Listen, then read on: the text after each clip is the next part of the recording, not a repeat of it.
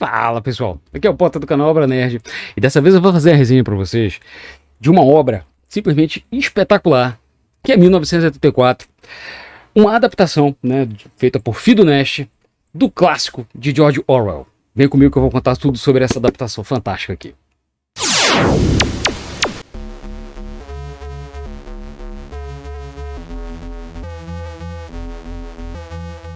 Mas como não poderia deixar de ser, antes que você esqueça, já chega logo chegando, pé na porta, dedo no like, se inscreve no canal, né, caso ainda não esteja inscrito, ativa logo o sino, né, para receber notificação sempre de vídeo bacanudo que a gente sempre traz com muito carinho para todos vocês. E claro, você ajuda demais o canal adquirindo os quadrinhos que a gente deixa no link na descrição, que a gente geralmente te resenha ou faz alguma referência nos nossos vídeos.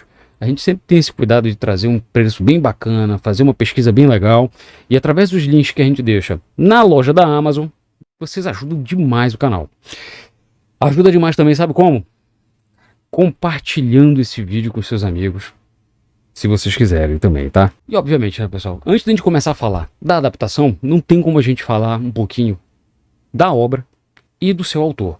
George Orwell, na realidade, era o pseudônimo de Eric Arthur Blair, um indiano, né, que foi criado e educado na Inglaterra e que, dentre as muitas profissões que ele já exerceu, a mais marcante foi como escritor, mais especificamente, né, onde ele veio ficar realmente famoso e teve, né, um certo reconhecimento, inclusive financeiro, foi com suas duas últimas, né, derradeiras obras, que foi A Revolução dos Bichos, que ele fez em 1945-46, e 1984, que ele fez em 1948, né, mas lançou em 1949. E George Orwell, pessoal, infelizmente, ele veio a falecer muito jovem, com apenas 46 anos. Ele morreu em 1950, vítima de tuberculose. Faleceu deixando um legado literário que influenciou e influencia até hoje, gerações e gerações. Nem preciso dizer, suas obras já foram adaptadas para as mais diversas mídias.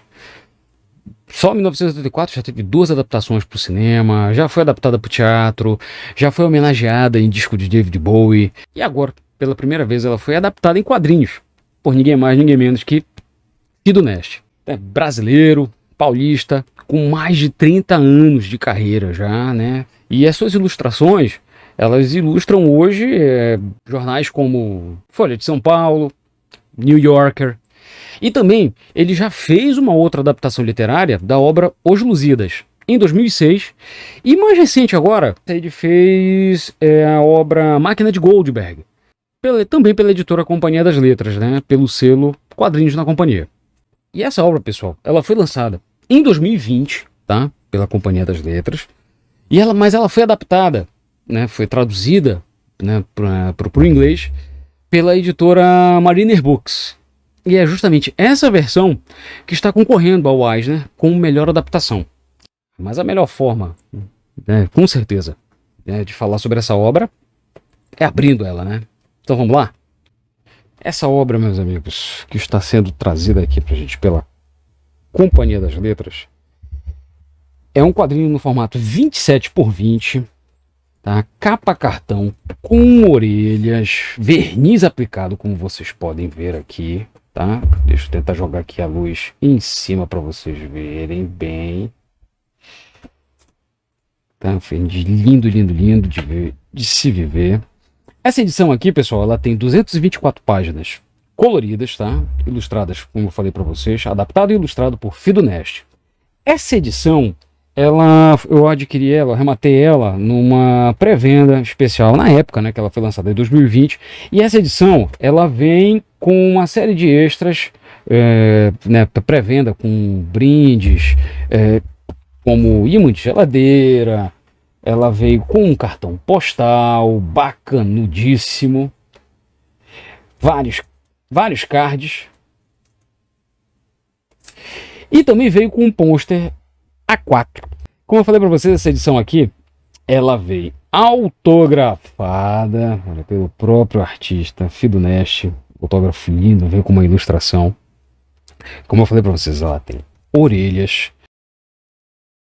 Vem com um breve resumo, mais frases e críticas aqui da mídia especializada. Vamos abrir ela aqui para vocês, pessoal. Meus amigos, basicamente, 1984, para quem ainda não conhece, é simplesmente um dos romances mais influentes, né, do século XX. E ela se tornou uma das obras, vamos dizer assim, de distopia, né, mais icônicas, que mostra justamente a crítica aos regimes totalitários, à pós-verdade, relações humanas, principalmente no que diz respeito à busca, a eterna busca por liberdade, né, do ser humano. E esse romance ele foi lançado, pessoal, como eu falei para vocês, ele foi feito em 1948 e lançado em 49. Nem preciso lembrar, né? Ele foi lançado pouco após a Segunda Guerra Mundial e se passa, como eu falei para vocês, né, na distopia, né, no futuro de 1984. E ele se trata, né, do que? Né, da história de Winston, um solitário funcionário que atua no Ministério da Verdade em Londres, que pertence a uma nação, a Oceania. Esse mundo, pessoal, distópico, ele está dividido entre 3 grandes blocos, entre a Oceania, a Eurásia e a Lestásia. Ambas potências remanescentes, né, de uma nova divisão, né, e vivem em eterno conflito entre si. E cada uma tem um regime totalitário, né, para chamar de seu. O da Oceania é o Sócin, que é um governo totalitário repressivo que controla todos os cidadãos da cidade, né, em todas as camadas da pirâmide da sociedade. E representado aí pelo grande irmão, o Big Brother, que é praticamente um ser onisciente e onipresente através da tecnologia e as teletelas que vivem em quase todos os aposentos das pessoas que trabalham para esse governo totalitário. Esse governo totalitário, pessoal, vale aqui lembrar, né, para quem está conhecendo pela primeira vez, ele é baseado numa pirâmide, né, onde existe vamos dizer assim, a topo da pirâmide é o círculo interno do partido. No meio dessa pirâmide existe o círculo externo, né, o partido externo, né, que são justamente os funcionários que trabalham para os 4 grandes ministérios, que eu vou já falar aqui para vocês quais são, e existe a base da pirâmide, obviamente, que é o povo, né, os proletários, que aqui são chamados de proleta, e que equivalem basicamente a 85% da população. Aqui, pessoal, Fidonash ele nos dá literalmente uma aula, tá, de narrativa visual. O Fidonash ele fala, né, que tanto na paleta de cores quanto no excesso de chaminés, né, que ele coloca em todos os telhados, né, da cidade, ele se inspirou inclusive num momento em que ele chegou a morar em Londres, né, no período de 2000 a 2001. E ele fala, né, que aqui em Londres, na verdade, não chamam mais de Londres, eles chamam de Faixa Aérea 1. Ele brinca que ele viveu na Faixa Aérea 1 no período de 2000 a 2001. E ele explica aqui, né, no início, tanto a arte ela é entrecortada com trechos, né, que ele fez, na verdade, mantendo o texto original do livro, entrecortando com narrativas em primeira pessoa e em terceira pessoa também. E aqui, pessoal, paleta de cores, né, predominantemente cinza com tons terrais, né? O próprio vermelho, ele não é aquele vermelho, não chega a ser um vermelho vivo, um vermelho bordô, um vermelho ferrugem, como ele mesmo fala. E isso foi vamos dizer assim, é a paleta de cores que, vamos dizer assim, que se sobressai durante toda a obra. Ele mantém aqui, pessoal, se vocês pararem para perceber aqui, ele intencionalmente ele manteve a narrativa entre 9 quadros, tá?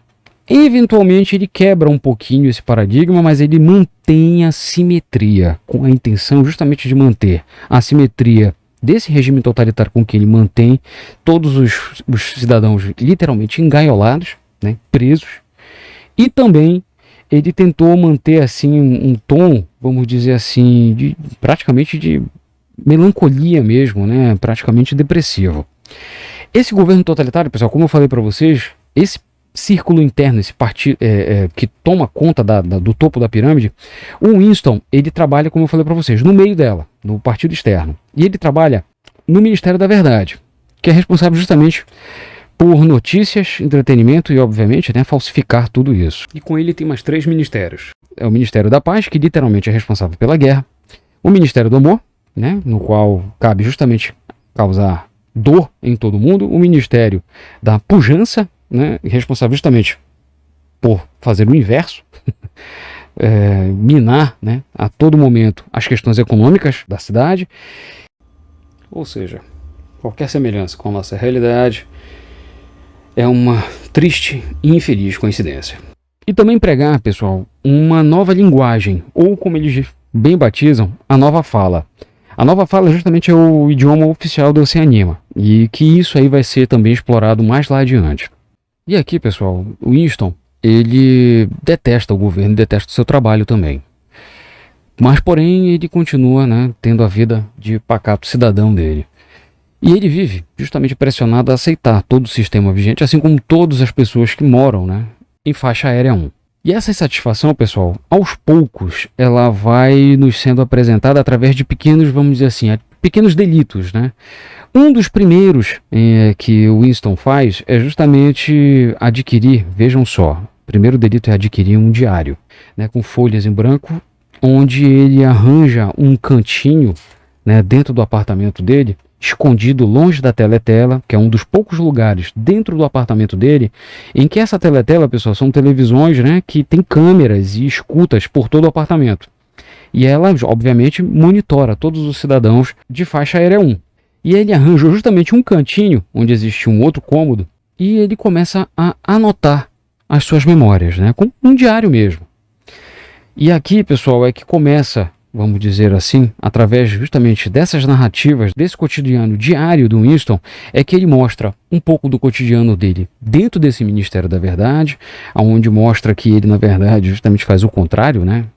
Ele é responsável justamente por fazer com que todos os relatos sejam deturpados, né, em detrimento, obviamente, desse sistema totalitário.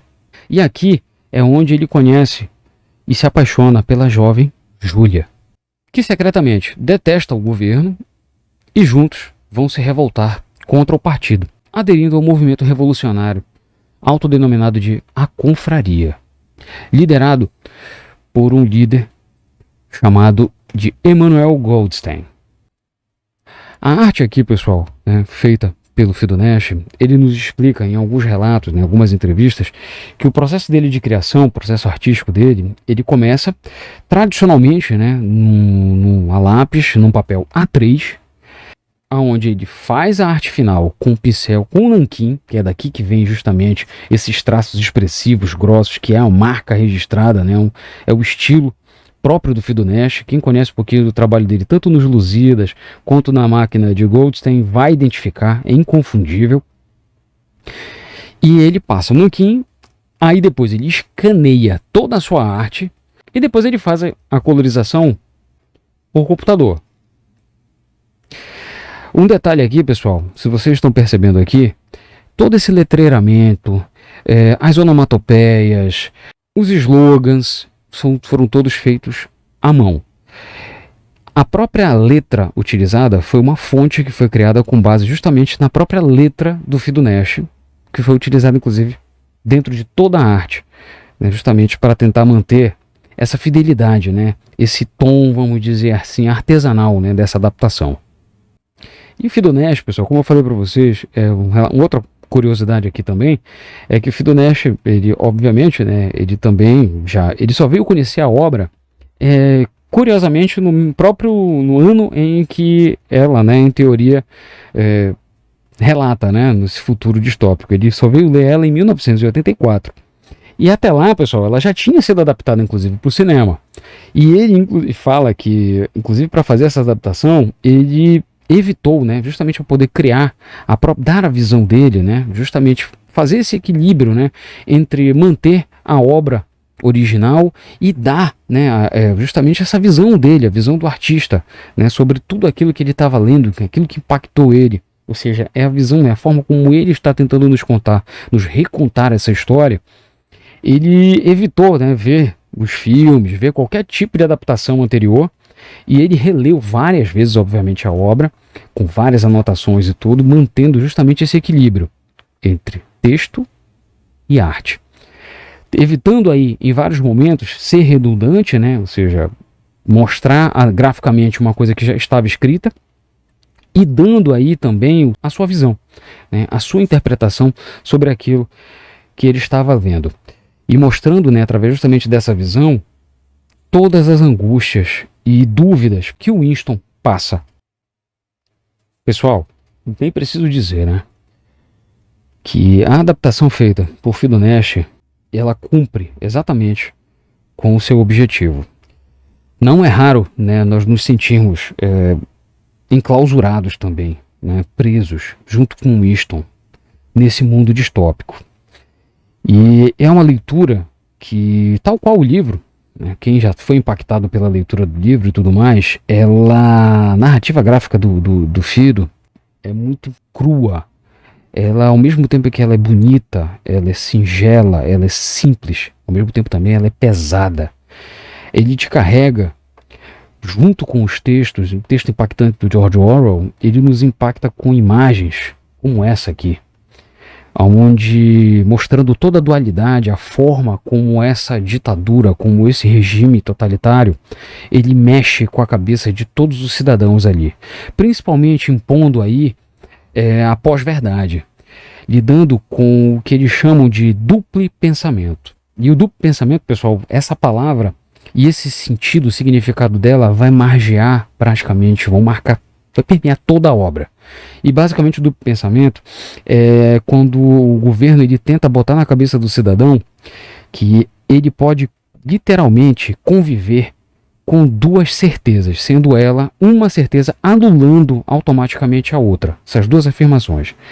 Ou seja, é como se você literalmente vivesse com a verdade e a mentira coexistindo dentro da sua mente e você tem que estar preparado para abraçar qualquer uma delas a qualquer momento.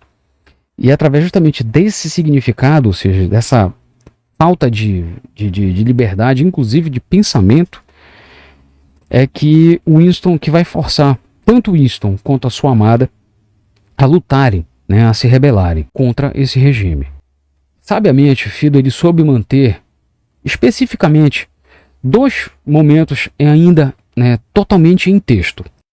Um desses momentos é quando o Winston ele tem acesso a literalmente o livro que doutrina a revolução, né, o movimento contra-revolucionário chamado, como eu falei para vocês anteriormente, de confraria.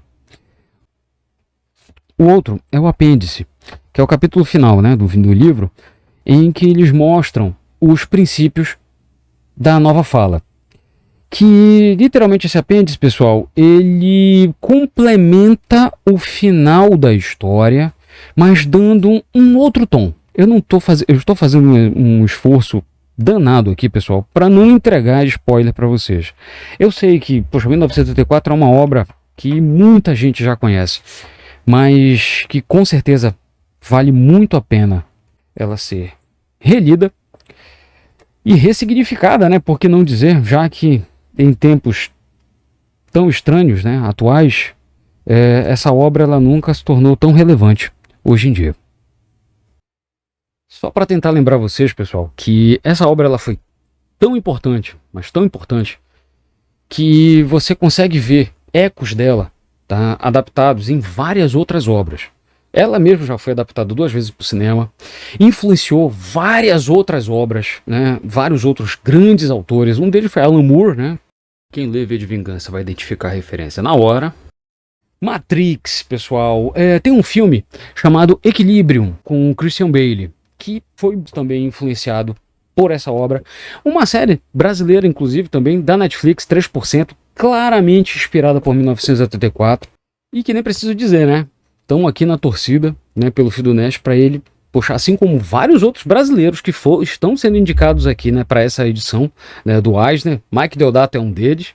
O resultado, tá, pessoal, do Eisner, ele sai agora em julho. Tradicionalmente, eu acho que é no último dia, né, da Comic Con. E, cara, nós estamos aqui, né, torcendo muito por você, Fido Nash. E fica aqui realmente, mais uma vez aqui, o apelo para que vocês assinem o canal, se inscrevam. Caso se interesse por essa obra fantástica, eu vou deixar o link dela, né, do livro, inclusive, também na descrição. E espero sinceramente que vocês tenham gostado da resenha, desse vídeo, e que vocês se cuidem, né, meus amigos? Até a próxima.